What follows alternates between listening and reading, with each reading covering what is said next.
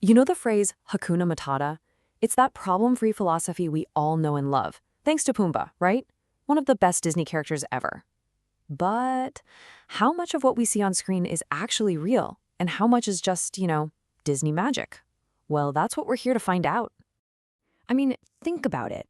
A warthog and a meerkat. Best friends forever? It's such an iconic duo. But seriously, could something like that actually happen out in the wild? On the African savanna? That's the big question we're going to tackle. So in this explainer, we're going to peel back the curtain, get past the animation. We're going to separate the real deal facts about the common warthog from the fictional character we all adore. And you know what? You might just find out the real animal is even cooler than the one in the movie. All right, let's just jump right in. First up, we're putting Pumbaa side by side with a real warthog. We're going to look at everything, his voice, his buddies, the whole shebang, and see how close Disney actually got to reality. Okay, so first things first, can they sing? Pumbaa can obviously belt out a tune, but a real warthog? Not exactly ready for the stage. But wait, don't be bummed out. The truth is actually pretty interesting. They might not sing, but they are super vocal. They have this whole series of grunts they use to communicate, and get this. Some scientists say those grunts can actually be rhythmic. And when Pumbaa gets scared and lets out that high-pitched squeal, totally accurate.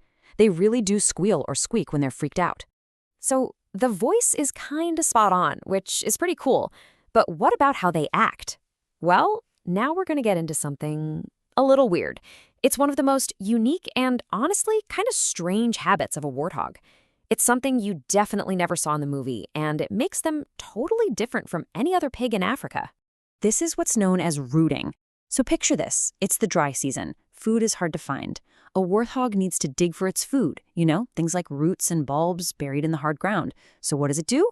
It literally gets down on its front knees.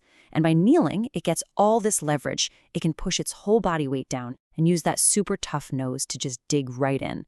It's a really smart survival trick. So why are warthogs the only African pigs that do this kneeling thing? Well, it all comes down to where they live. They're savanna specialists. They live out in the open where they have to dig for their food. Now think about their cousin, the bush pig. It lives in thick forests where fruit just falls on the ground. Easy pickings. So for the bush pig, there's no need to dig, and definitely no need to kneel. But that kind of makes you wonder, right? If they're always on their knees to eat, why not just have shorter legs? Wouldn't that be easier? Well, the answer is simple, and it's all about survival. It boils down to predators. You need long legs when you live on the open savanna, because you got to be able to outrun lions and cheetahs. I mean, eating is great, but not getting eaten is, a little more important. All right, so we've debunked a couple things, but what about the friendship? The Timon and Pumbaa of it all? Is that just totally made up? Okay, you're gonna love this. This is where the real world might actually be cooler than the movie. Because believe it or not, that friendship, it has a real-life version. And scientists have actually seen it happen. Okay, before we get into the details, there's a quick science term we gotta know. Mutualism. All it means is a partnership where two totally different animals help each other out, and they both get something good out of it. It's not just them putting up with each other, it's a real team up. And check this out. This is what it looks like in real life. In Uganda, scientists have watched warthogs go out of their way to find banded mongooses, which are cousins of meerkats, by the way. And what do the warthogs do? They just lie down. They offer themselves up for grooming. The mongooses then hop on and go to town, eating up all the ticks and parasites. So the mongoose gets a free meal, and the warthog gets a spa day. And the amazing part is, this isn't just a fluke, it's a real relationship built on trust. And this isn't just some cute story.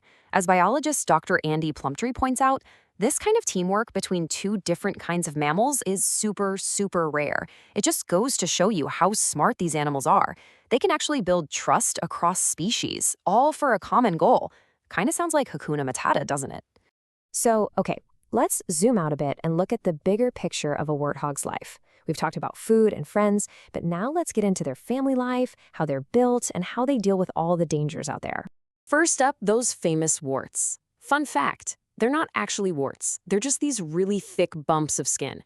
And here's the cool trick to tell the boys from the girls. Male warthogs have 4 of them, 2 big ones and 2 smaller ones. Females just have the 2 smaller ones. For the males, those bumps are basically built-in padding to protect their faces when they fight. And speaking of which, male warthogs usually live alone, while the females hang out in small family groups called sounders. You remember that line from Timon, right? He's gonna eat you and use my body as a toothpick. It's hilarious, but it's also kinda true. The threat is real. A warthog's #1 defense is just to bolt. They are way faster than you'd think. But yeah, the danger from animals like lions is no joke. Okay, so predators are a fact of life for warthogs, but the dangers they face today are a lot more complicated. In this last section, we're going to look at some of the modern threats, things that go beyond just lions and leopards. Now, officially, the common warthog is listed as a species of least concern, which sounds good. But, and this is a big but, their numbers are actually going down. Why? Well, it's a mix of things.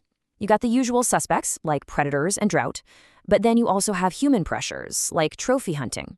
And on top of all that, there's the really tricky problem of disease. So wild pigs in general, and that includes warthogs, often get a bad rap when it comes to disease. They're frequently blamed for spreading things like foot and mouth disease, FMD for short, and that's a massive deal for farmers and for the global economy. And just to give you an idea of why it's such a big deal, look at this number, $16 billion. That's the potential economic hit from a big FMD outbreak. A number that huge explains why everyone is so focused on stopping it and why wild animals like warthogs often get blamed. But, and this is really important, it's not that simple. This quote here points out a huge misconception. The research actually shows that a lot of the time, wildlife like warthogs aren't the ones spreading the disease to farm animals. It's the other way around. They're often the victims, so the risk from them is actually way lower than people think. The real story is just a lot more complicated than blame the wild pig. So where does all this leave us? Well, we've learned that Pumbaa, as much as we love him, is really just the tip of the iceberg. The real common warthog is this incredibly complex animal. It's got these amazing ways of surviving, a real social structure, and this unbelievable ability to form partnerships with other animals. And that brings me to one last thought. Learning about the warthog and the mongoose, it just proves how many surprises the natural world has for us. It really makes you wonder, doesn't it? What other secret alliances are out there, happening right under our noses? It's a pretty good reason to always, always look a little closer.